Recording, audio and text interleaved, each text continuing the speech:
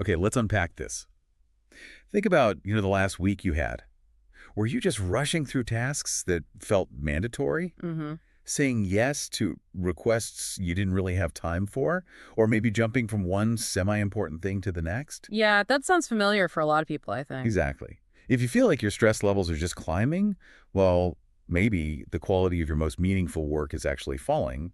Well, you might be majoring in minor activities. Huh.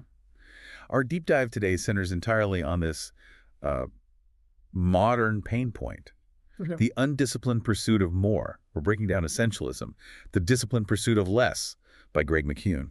And the foundational belief here, the one that really defines the entire philosophy, it's simple, but, well, it's pretty revolutionary. Almost everything is noise. Noise. Yeah, just noise. Very few things are truly essential. McKean's goal is basically to give you a framework, right? To filter through all the overwhelming data and demands of modern life until you can distill that core essence. Right, exactly.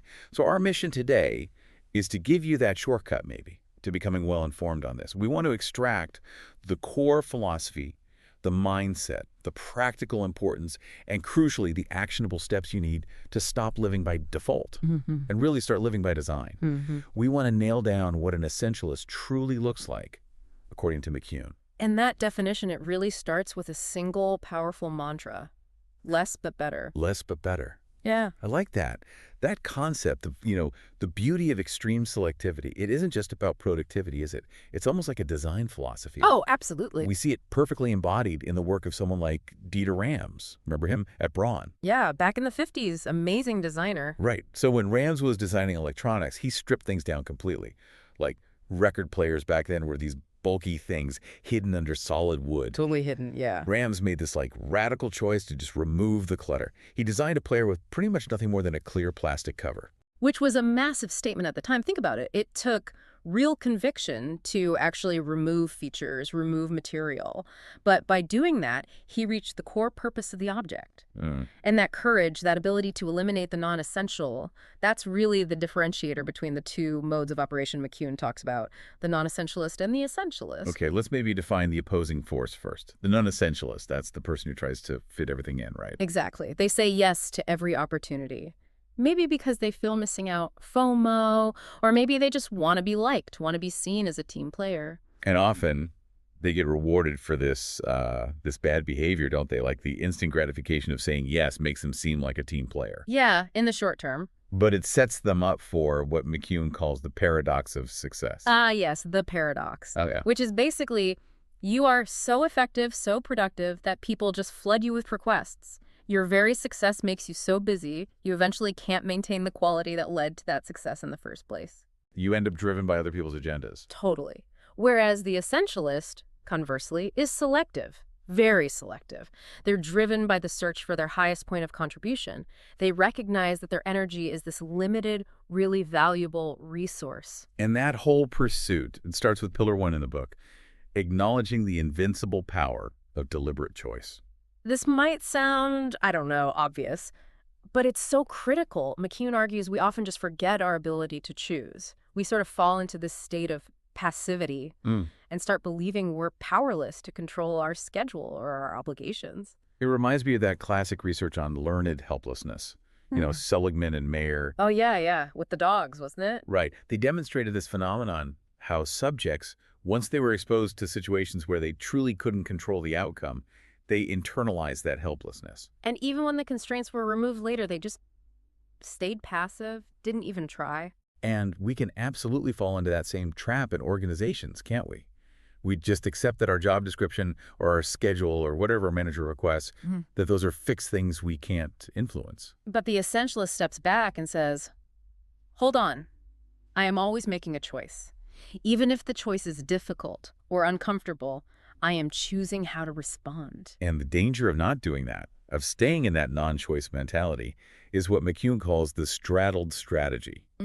He even admitted experiencing this himself early on. Right. He was trying to juggle, what was it, law school, management consulting, and writing all at the same time. Yeah, and he wasn't exactly failing at any one of them. Oh, but by spreading himself so thin, he wasn't really succeeding at the level of his highest potential contribution in any of them either. Exactly. Trying to invest in everything at once just guarantees mediocrity, pretty much, not mastery.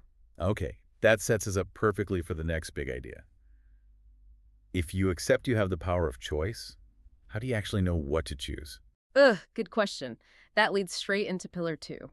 Discernment, or, as the philosophy puts it, the unimportance of practically everything. The unimportance of practically everything. That sounds harsh. It does, but it's built on this idea of the power law, the Right. 80-20 rule, but maybe even more extreme. Like 90-10? Or even 991, potentially. The core idea is that most efforts yield very little result, but a tiny, tiny few things work fantastically well. The overwhelming reality is that the vast majority of opportunities, tasks, requests, they're non-essential. We often equate just being busy, working hard with creating value, Yeah. but that's a trap. It really is. McKeown uses this great example from when he was young trying to earn pocket money. Oh, yeah, the paper route. Right, he started with a paper route. 1 hour of effort gave him 1 pound of reward, a simple 1.1 ratio. It was hard work, sure, but the value returned was totally linear. Okay, standard kid job. But then he applied some discernment. He figured out he could wash 3 neighbors' cars in that same hour, charging 2 pounds per car. Ah, so suddenly. Suddenly, the ratio of hours to pounds goes from 1.1 to 1.6. He wasn't working harder, necessarily. Right, not physically harder. No. He was applying his effort to a fundamentally more valuable activity, choosing better. That example really drives home the core insight. Yeah, hard work is important, but certain types of effort yield exponentially higher rewards. Less but better in action. Exactly. And when we truly understand this unimportance of practically everything, that high level of discernment forces us to confront pillar 3, embracing trade-offs. Ah, trade-offs, the tough part. Definitely. Strategy for an essentialist isn't about finding clever ways to do it all. It's about deliberately choosing to be different. The non-essentialist is always asking, how can I do both? Which, as we said, ensures they straddle the line and underperform. Right. The essentialist asks the much tougher but more powerful question, which problem do I want to have? Because there will always be problems, always trade-offs. That mindset is so clearly illustrated in the airline industry example he gives, Southwest Airlines under Herb Kelleher. A classic case. They made deliberate essentialist trade-offs. Point-to-point flights only, never hub and spoke, no meals, no assigned seats. They were crystal clear on what they were, a low-cost, efficient airline, and just as importantly, what they were not. They made those trade-offs by design, explicitly. Exactly. Compare that to their competitor, Continental Airlines, when they tried to launch Continental Light. They tried to straddle 2 completely different strategies. Yeah, they lowered fares, cut some services. But they refused to dismantle their existing, complex, totally incompatible hub-and-spoke business model.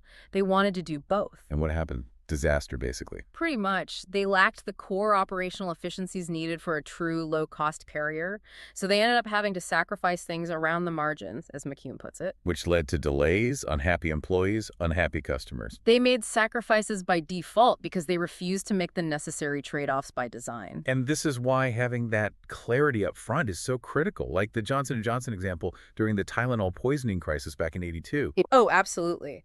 The decision to recall all Tylenol cost them a fortune, what was it, $100 million back then? Yeah, a huge amount.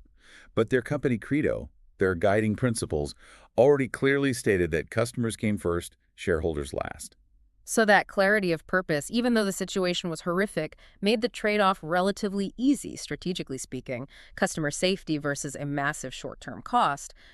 The essential choice was already defined. Which enabled that swift, decisive response that ultimately rebuilt trust and protected the brand's highest contribution in the long run. Precisely. Okay, so let's say we're listening to this and we're thinking, okay, I might be a recovering non-essentialist. How do we actually start adopting this way of life? Let's shift to the actionable steps. Right, the practical stuff. The first practice McKeown emphasizes is fundamental, protecting the single most important asset you have, which is yourself, specifically through sleep. Ah, sleep. The thing everyone knows they need more of, but... But we live in this culture, especially in high-achieving fields, where there's this really strong, persistent stigma that sleep is, like, a luxury. Or even worse, that sleep is for failures. Yeah, the badge of honor for pulling an all-nighter. Exactly. But the research just completely debunks that. Think about those studies by K. Anders Ericsson on elite performance. The violinist studies. Yeah. The very best violinists he studied slept, on average, 8.6 hours a night. And they weren't just sleeping more, they were practicing with way greater concentration during their waking hours. So sleep isn't an inhibitor, it's regenerative fuel for high performance. Totally. And get this data point, this should really shock everyone. Sleep deprivation is effectively equivalent to being drunk. A week of sleeping only 4 to 5 hours a night induces an impairment equal to driving with a blood alcohol level of 0.1%. Wow. Okay. We'd never celebrate a coworker showing up drunk. Exactly. Yet we somehow celebrate, or at least tolerate, the person constantly pulling all-nighters, operating at that impaired level. And the true essentialists, the real high performers, getting massive returns on their effort, they get this. People like Jeff Bezos, Mark Andreessen, they both prioritize a full 8 hours. They see it as non-negotiable. It's a huge competitive advantage for mental contribution, for clarity, for making those discerning choices we talked about. Which leads perfectly into the second critical practice, creating space to focus, if sleep recharges the body. Deliberate space recharges the mind. Yeah. Focus isn't just something we have, it's something we actively do. And that requires dedicated time away from the constant noise and demands. This feels counterintuitive for a lot of people, I think. We feel productive when we're just busy bouncing between emails and meetings. We need to actively escape that busyness sometimes. McKeown gives several examples. One I liked was Frank O'Brien, the founder of a company called Conversations. He instituted something called Do Not Call Monday. Okay, what's that? Once a month, the entire 50-person company gathers for a full day, phones off, email off limits. The only purpose is to think, talk strategy, and design. Wow. Forcing that deep contemplation. Exactly. It forces them to work on the business, not just in the business. It prevents that short-term chaos from completely hijacking the long-term vision. That's essentialism in action. And this isn't just some modern tech bro thing either. Think about Sir Isaac Newton. When he had his major breakthroughs for Principia Mathematica. Right. He basically locked himself away for, 2 years? Pretty much. Almost solitary confinement. That isolation wasn't accidental. It was deliberately self-imposed to create space for intense, uninterrupted concentration. And that space is essential because it allows the essentialist to constantly adjust and adapt their thinking. It's not about just fixating on one rigid answer, but exploring the whole field of vision to clarify what the highest leverage question really is. Okay, so protect the asset with sleep. Create space to focus. Now for the third crucial practice, and maybe the hardest one for many, mastering the graceful no. Ah, the no. It definitely takes courage, but it's the primary tool for eliminating all that non-essential stuff we keep talking about. Why is it so hard, do you think? Well, people often struggle because they confuse the request with the person making the request. They worry about damaging relationships, about letting people down. Yeah, you don't want to seem unhelpful or difficult. Right. But McKeown argues that when you have that deep conviction about what is essential, your mission, your focus, your priorities, it actually empowers you. It gives you the courage to dare to say no to everything that falls short of that standard. But we need techniques, right, to make that no graceful, especially at work, maybe when you're dealing with your boss or a senior colleague. Absolutely.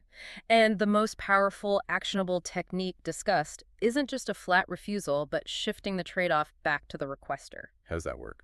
So instead of just saying, sorry, I can't do that, you respond with something like, yes, I can definitely make that new task the priority to make sure I give it the attention it deserves. Which of my current projects should I deprioritize? Ah, okay. So you're saying yes, but. Exactly, yes. And what's the trade-off? This is key because it forces the requester to grapple with the reality of the trade-off instead of just letting you absorb more non-essential work onto your already full plate. They now have to acknowledge that resources, including your time, are finite. If they insist on adding the new thing, they have to explicitly agree to remove something else. It's a really elegant move, actually. It protects your ability to focus on your highest contribution without making you seem obstructive. That clarity, the kind enabled by the graceful no, it brings us right back to achieving that extreme clarity of purpose we mentioned earlier, what McKeown calls the one decision that makes 1,000. Yes.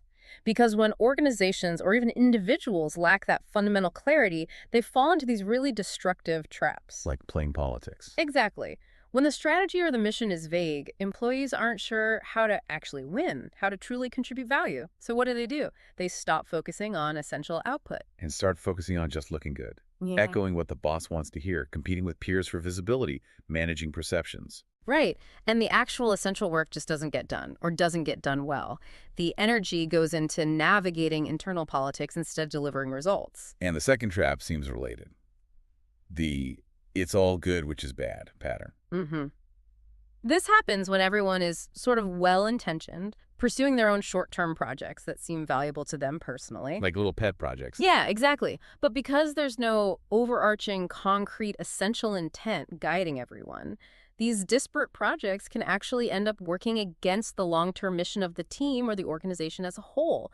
It's busy work, not progress. So an essentialist strategy needs to be concrete, specific, and inspirational. If you ask people what the goal is, they should be able to state it clearly and concisely. Think about that example of Brad Pitt's Make It Right Foundation after Hurricane Katrina. Right. Their essential intent wasn't some vague thing like help rebuild New Orleans. No way! It was crystal clear to build 150 affordable, green, storm-resistant homes for families living in the lower Ninth Ward. Specific number, specific features, specific location. That concreteness made it real. And the realness made it inspiring. It enabled everyone involved to easily filter out anything, any request, any idea, any distraction that didn't directly advance that one specific goal. One decision made 1,000 subsequent decisions easier. Okay, so bringing this all together, what does this really mean for you, the listener? The absolute essence of this book, it seems, is moving from a life of just reacting, Reactivity. where you're controlled by other people's needs, trying to accommodate everything, to a disciplined life where you deliberately, consciously choose what matters most and then execute on that flawlessly. Yeah, flawlessly, or at least with focused excellence.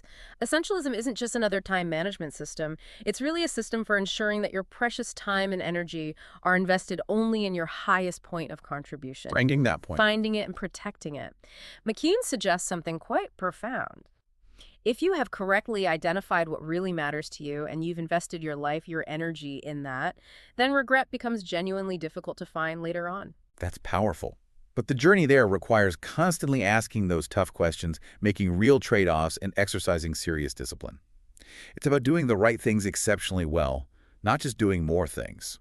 Which brings us back to discernment, doesn't it? We established that most opportunities are, frankly, non-essential.